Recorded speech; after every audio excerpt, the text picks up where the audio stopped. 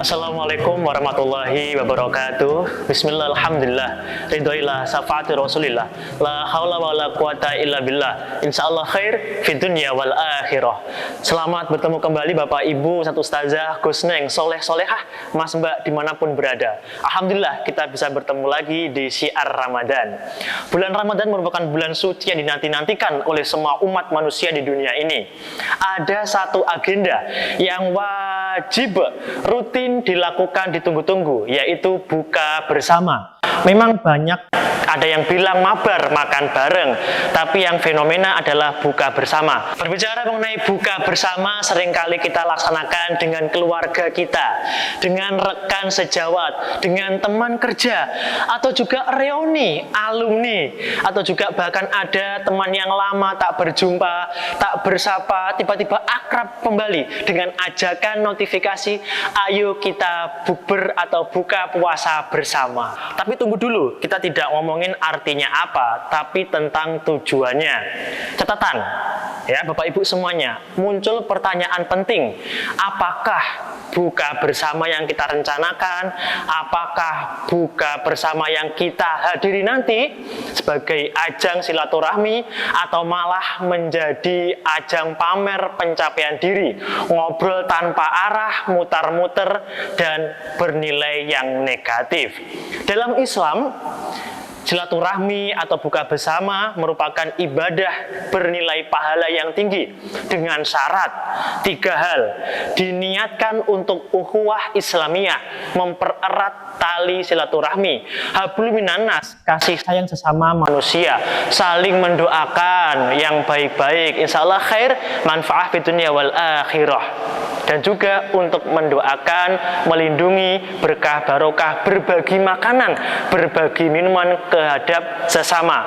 Nabi SAW pernah mengingatkan kita, barang siapa yang berbagi makanan, berbagi minuman kepada orang yang berpuasa, maka akan mendapatkan pahala yang sama dengan orang berpuasa tersebut. Nah, bayangkan, kita sudah berpuasa, kita juga berbagi, maka akan double pahalanya jika hal tersebut diniatkan untuk hal-hal yang positif.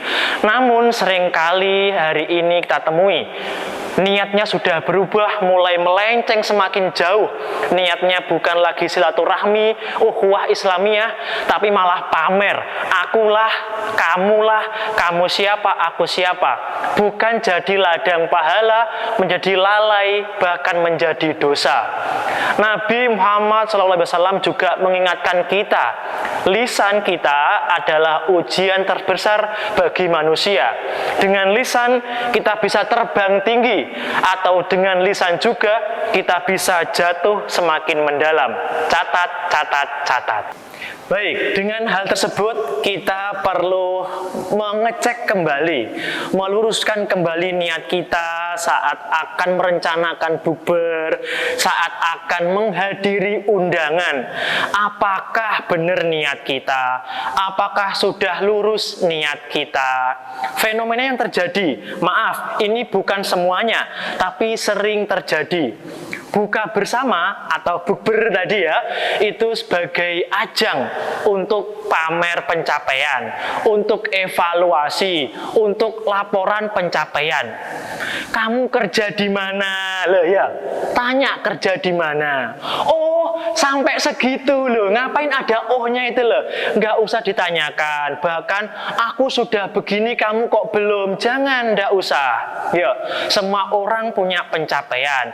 Semua orang ada waktunya. Nanti yang misal ada yang merasa kalah, merasa kecil, tertandingi, pulang dia menjadi terenyuh gitu, sedih. Harusnya semangat. Nah, nanti ada juga yang capek sendiri karena ngobrol aja nggak ada arah. Jadi, gunakan bukber ini untuk silaturahmi, untuk saling menguatkan, bukan pamer pencapaian, bukan interview, bukan wawancara, bukan mengisi LinkedIn offline. Jadi ada langkah-langkahnya. Datang, sapa, senyum, hehehe, makan, but, doa, alhamdulillah, amin, pulang. Sudah cukup ya, ingat ya. Baik Bapak Ibu semuanya yang dirahmati oleh Allah Subhanahu wa Ta'ala, Ustadz Ustazah, Gus Neng, Soleh Soleha, Mas Mbak, bulan suci merupakan bulan yang dinanti-nantikan oleh umat semuanya. Pastikan, maksimalkan ada menu yang cocok, menu yang ideal untuk teman berbuka puasa. Apakah itu? Makan secukupnya, jangan berlebihan. Sholat tepat waktu, jangan ditinggalkan. Ngobrol secukupnya, jangan kebablasan, jangan berlebihan. Pulang, maka kita akan dengan senang hati, ringan, tidak membawa baper perasaan.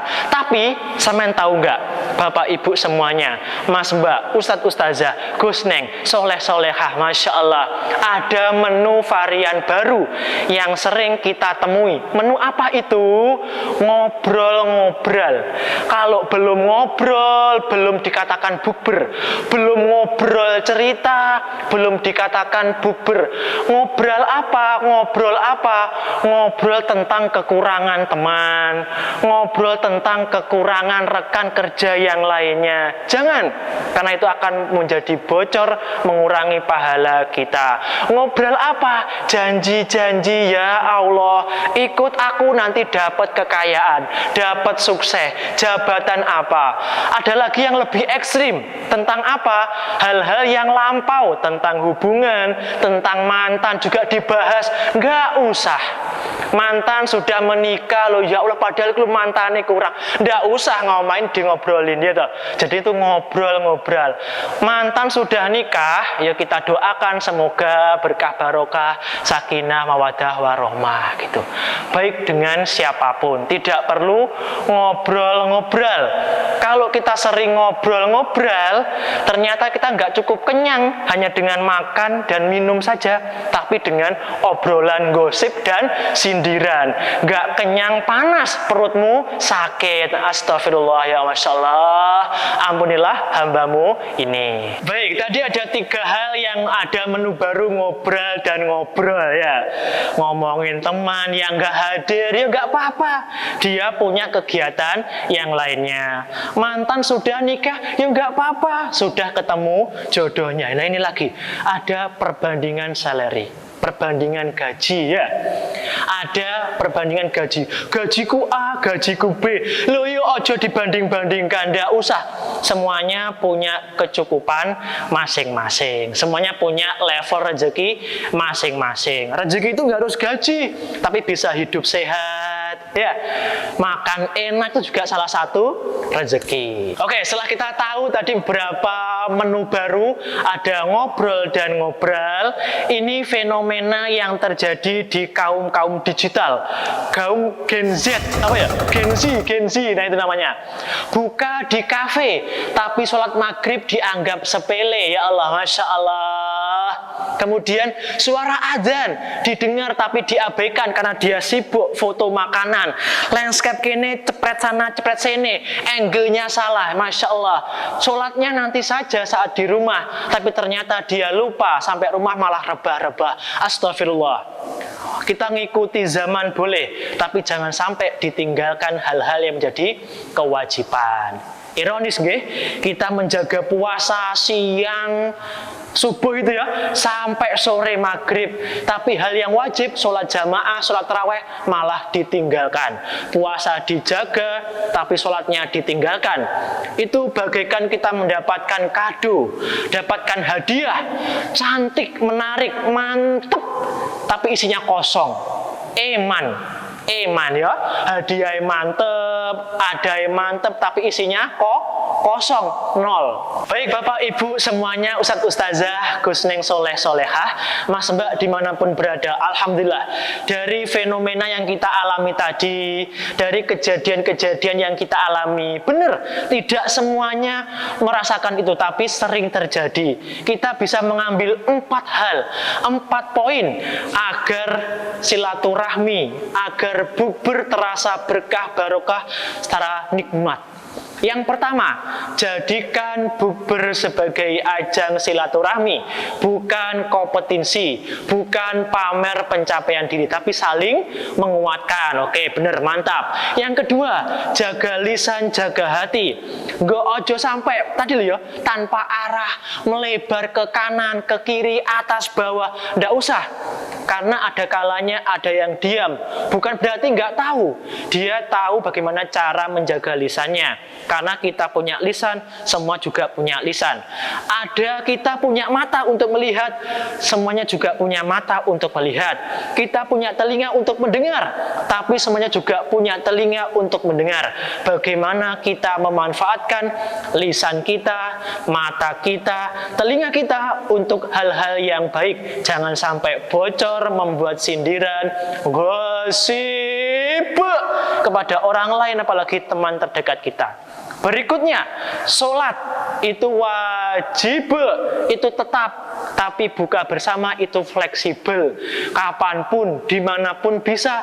Tapi kalau sholat maghrib, sholat tarawih itu ada waktunya, bukber dijadwalkan, tapi sholat jangan sampai ditinggalkan. Pinter, sederhana saja, tidak perlu tempat yang mewah, tempat yang fancy, tapi penuh keberkahan, penuh makna.